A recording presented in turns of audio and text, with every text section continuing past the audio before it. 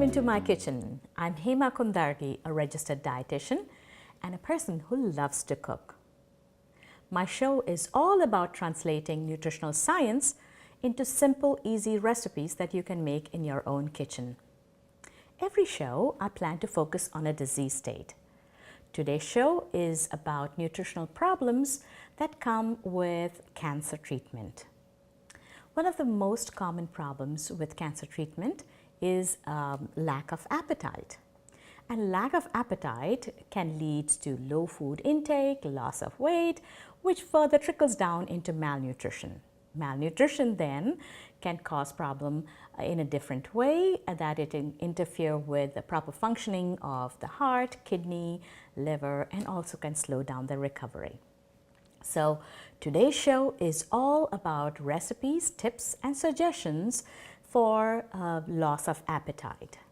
But please be aware, my recipes and suggestions are meant to complement your oncologist or your oncology dietitian. I do not want you to replace whatever treatment you're having with my recipe and suggestions only.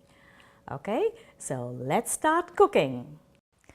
So the first recipe is going to be about based on a suggestion that is easier to drink calories than eat calories. What I mean to say is when you have to eat calories, it takes time and sometimes people get tired.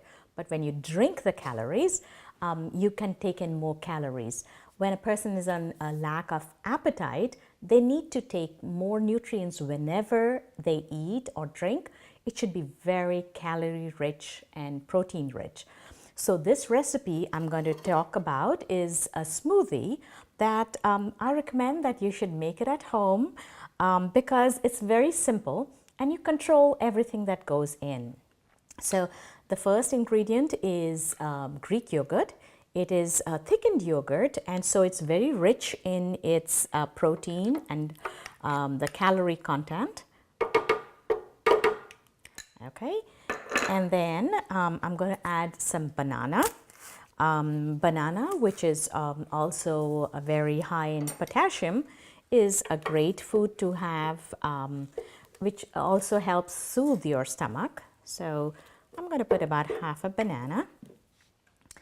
And then what I'm going to add is peanut butter. Peanut butter is a calorie-rich ingredient which gets calories and makes the food tasty. And here you have to remember, when the person is not eating anything, even if they take about 3 or 4 sips of that beverage, they're getting a good dose of calories as compared to a low-fat version. And then what I'm going to add is chocolate, simple chocolate syrup. I'm going to make it very tasty too. Why should nutritious food be bland or tasteless? And then I'm going to add some strawberry jam. Strawberry jam gives it the sweetness. Okay. And what I'm going to add to it is finally milk. Some key things that you need to remember with the smoothie: when a person is going through cancer treatment, the immunity is usually low, and you want to limit the exposure to bacteria. So you want to avoid raw vegetables and fruits which are thin-skinned. So a fruit with a thick skin, like an apple, like a banana or an orange, is acceptable. But thin-skinned fruits are best to be avoided during the treatment. Okay, so here I'm going to go ahead and make this smoothie.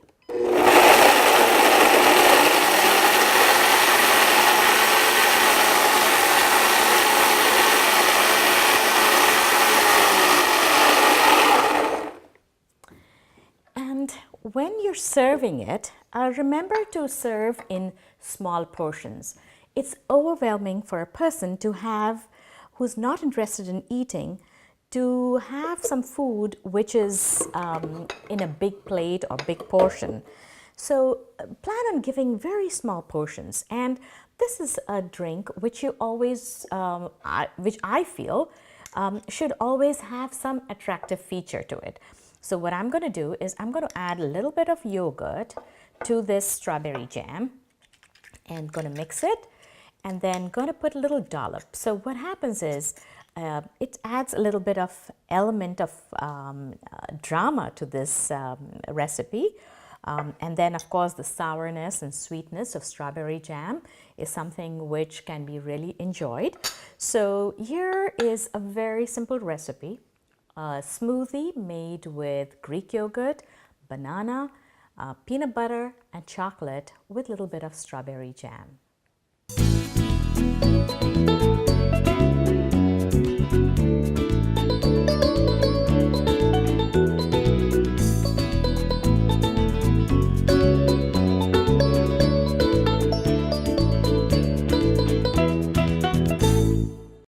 Let's start making the next recipe, and this recipe is based on the suggestion that when a person doesn't feel like eating, the best way to give them food is to give them small bites of food. So you don't want to serve a big platter of food, because the last thing a person wants to see is a big plate with some carbohydrates, protein, vegetables. So here's a suggestion to make it such that they can just have a little bit, but it has all the nutrients in it. In this recipe, I'm going to be using quinoa. Quinoa is a grain which is high in protein. If you don't have quinoa around, or you don't like quinoa, then you can use brown rice. And then with this grain, I've already cooked that. I'm going to add a protein. The protein can be any protein of your choice. It can be black beans, it can be tofu, it can be chicken, which is cut and made into small pieces. It can be tuna, or it can be eggs and cheese. So we have the grain, we have the carbohydrates, we have the protein, and then we're going to also add some herbs and flavoring. And the three things I'm going to add is ginger, turmeric, and mint. So we're going to start cooking, and as I'm cooking, I'm going to talk to you about this recipe. Okay, so I am going to first get the oil going. And when you're giving food for a person who doesn't eat much, you want to increase the calories in it. Simple way is to add extra oil in it, because fat is very high in calorie as compared to carbohydrates and protein. I'm putting about half a cup of oil in this. Okay, so as this is being heated, I have the ginger, and I just scraped it out with a spoon like this. So that's how the skin can be removed. Ginger is very good to help a queasy stomach, and it's a great spice. Or sort of like it's a root, so it's great to add in your cooking. It gives flavor, and it's not spicy as such. It has a different flavor totally. So I'm just going to add some ginger, and I'm grating it right into the pan. This is plain ginger that I get in the grocery store. And with my background of Indian cooking, I always like to cook my spices. I do not like to have raw spice flavor in my cooking. So as this is being added,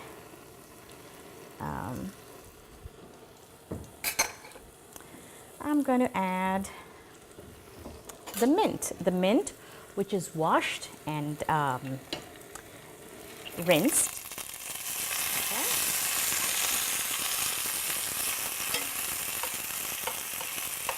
So with this, I want to cook it such that the mint is well cooked.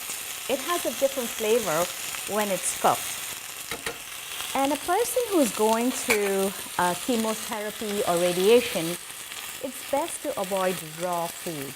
So as you can see in this recipe, everything is cooked, and even the spices and herbs are very well roasted. So there's no raw ingredient in this recipe. The ultimate recipe will not have anything raw. And then I'm also going to add some turmeric.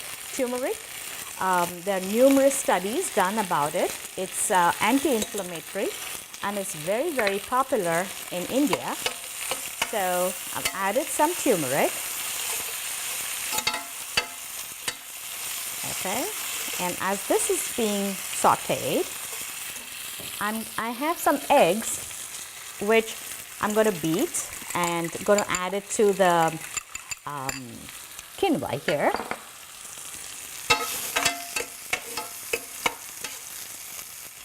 And of course, we need some salt. Salt as per your taste.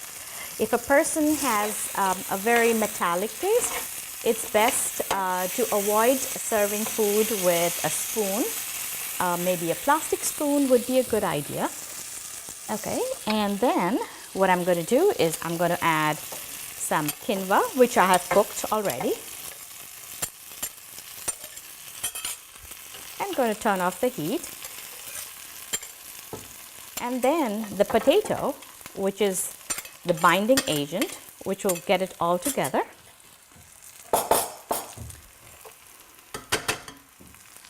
And then I'm just going to mash the potato.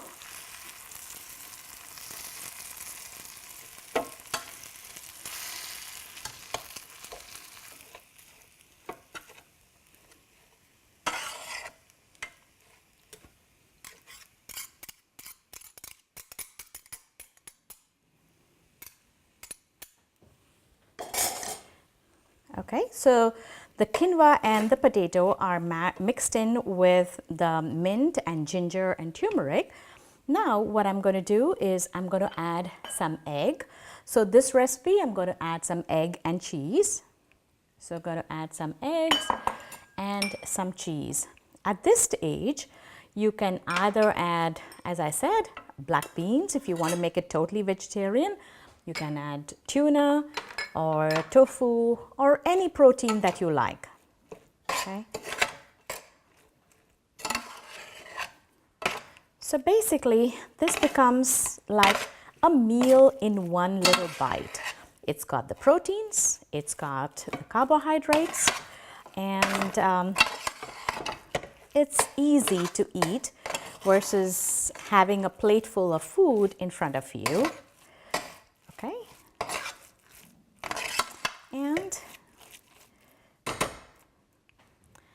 And then what I'm going to do is I'm going to use my hand to make little balls out of it, and then I'm going to use some little cookie cutters to make it into interesting shapes, and then I'm going to fry it.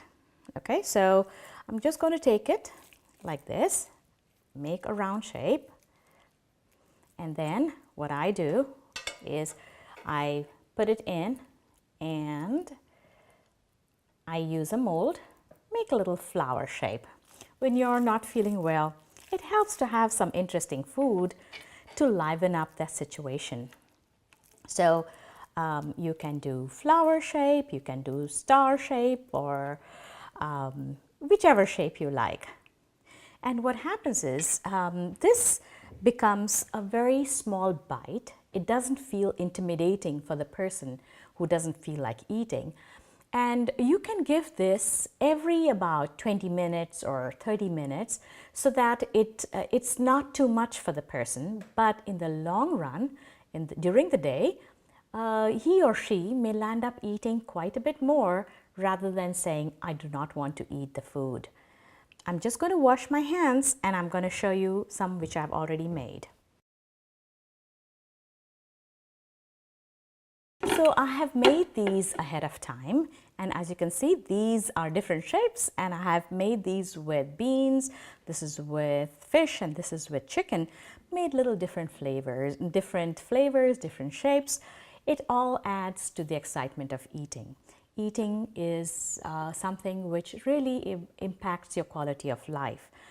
And when you're not feeling good, a food which is well presented always make a difference.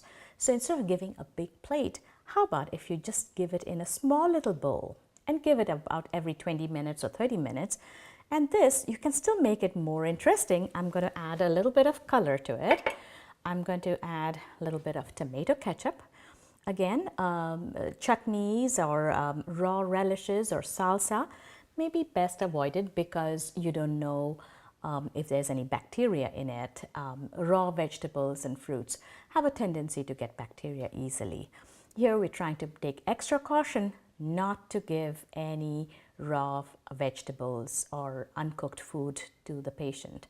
So here's a recipe which is as simple as mixing a grain, some protein, put a binding agent like a mint, like potato, or even if you don't like potato, add rice flour and tailor it to the person's liking.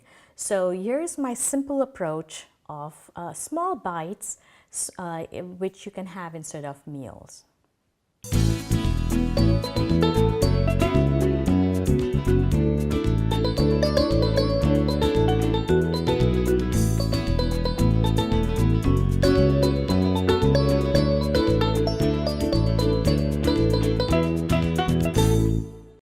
The third suggestion I have today for improving loss of appetite during cancer treatment is when a person's feeling low, try and see what that person's comfort food is. Usually people have such fond memories of the comfort food that you feel like eating. And what I've noticed in nearly every culture around the world, rice pudding is very much a comfort food. So today I'm going to share with you a simple recipe which again I have made it more nutritionally dense. There's a long recipe which you cook the rice in milk for about 45 minutes, but I'm going to share a recipe which is about 15 or 20 minutes. So this is cooked brown rice. If you do not like brown rice, please eat white rice. But as a dietitian, I will say there is more to rice when you eat brown rice. And then I'm going to add milk to it. If you don't like whole milk or regular milk, use almond milk, you can use soy milk, you can use, there's so many different types of milk in the market. You can use that. And then to make it more richer, more nutritionally dense, I'm going to add raisins. You can add raisins, you can add cranberries.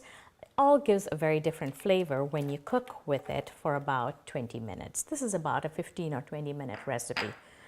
And then with that, I'm going to add some toasted almonds. Again, you can add any nuts that you like. If you don't like this crunchy flavor, then grind it up and put it in. But the simple way to add more calories to it is I'm adding raisins, I'm adding almonds, you can add walnuts, whichever nut you like, okay? And then I'm going to add a little bit of sugar because the milk, when it cooks, it does have develop a sweeter taste. So add sugar as needed. The raisins is something which will also give it good amount of sweetness. So this recipe, you need to cook it for about 20 or 30, not 20, 15 minutes or so. And then what I'm going to add is nutmeg. I like to use nutmeg, fresh nutmeg. But you can feel free to use vanilla extract, you can use rose extract, you can use cardamom. I like to use nutmeg in this recipe, okay? So try this recipe with added nutrients of almonds and raisins. So this recipe would take about 20 minutes and I have one which I have already made ahead of time. And here it is. This recipe has been cooked for about 20 minutes. It smells good, it's delicious. And again, when you're trying to serve this, try not to serve it in a big bowl. Try to serve it in a small plate and offer it frequently. So that way the person enjoys the food without feeling overwhelmed. This recipe doesn't look the most attractive, so you need to add some color to it. And what I'm going to do in this recipe is I'm going to add a little bit of strawberry jam. Again, strawberry jam is my favorite, as you may guess, because it's got a nice tangy flavor to it and it's sweet. So here's a recipe which is very simple. It's the rice pudding, which everybody typically enjoys, but I've given it a little bit of nutrition kick by adding more nuts and raisins and using brown rice instead of regular rice. Give it a try. You'll be surprised. It's very delicious. as well as very nourishing.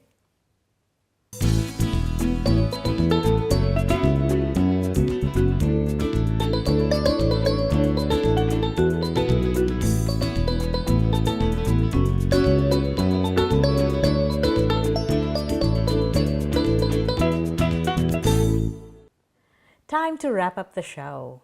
Today I shared very simple recipes that you can easily recreate for a person going through cancer treatment.